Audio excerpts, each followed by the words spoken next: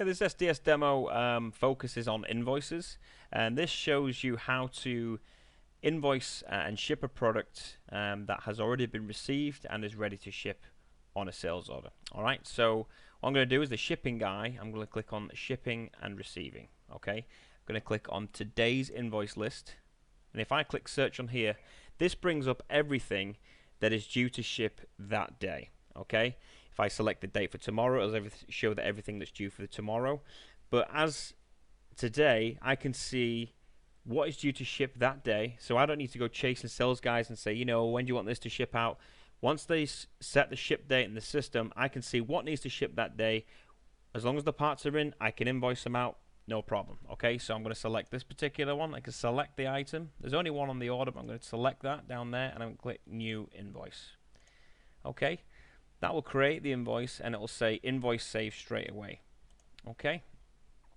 Now, there are various levels of authorization with invoices, and that means the financial director or the managing director, whichever person is set in the organization to authorize shipments from a financial point of view, that can be done from the account center. So, for example, invoice number 80329, I'm going to click in the account center, which is the finance department.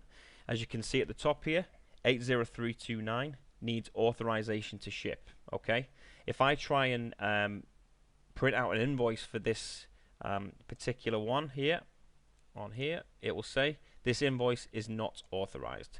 So if I jump back into the account center, as long as I've checked the credit, it's okay to ship, they're okay on terms, I click authorize. I may also want to check if we've received prepayment if they're a pro forma customer. Okay, so I click authorize, and that shows when that's been authorized. So I'm going to jump back in here. As the authorizer, I'm going to click authorize invoice. Okay, so that's authorized by admin. They're a net one customer. Okay, now I've got all the shipping details, so I'm going to pop in here the tracking number. I want it to ship DHL, so it's going to go DHL 1235678, whichever we're going to say. Alright, so there's the tracking number saved. At this point, I just click on the invoices tab at the top here. I can look at the barcode labels. I can look at inside carton labels. I can look at outside carton labels. And these are all printable from my printer. Next, they can just be stuck straight on the box.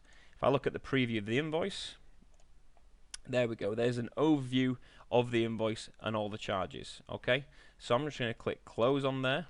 Okay, and save.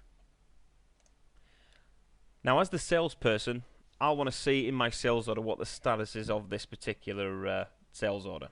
I know they've been invoiced, so if I just click on my sales order here, this is the sales order that was originally raised against this invoice. I can see the parts have moved to shipped, everything's blanked out in red, and the status is closed. Okay? So, all I need to do now is jump back into the invoice. As you can see here, I can see the tracking numbers there, so as a sales guy, I can either copy and paste that from there, or I can email a copy of the invoice straight to the customer even before the parts have shipped, or I can click on shipping confirmation. And what that'll do, automatically load an email to the customer. Okay, your order is shipped with the tracking number, and all I do there is press send. And that's how you invoice parts that have been received, and how you inform the customer the parts have shipped and the tracking information just in just a few clicks.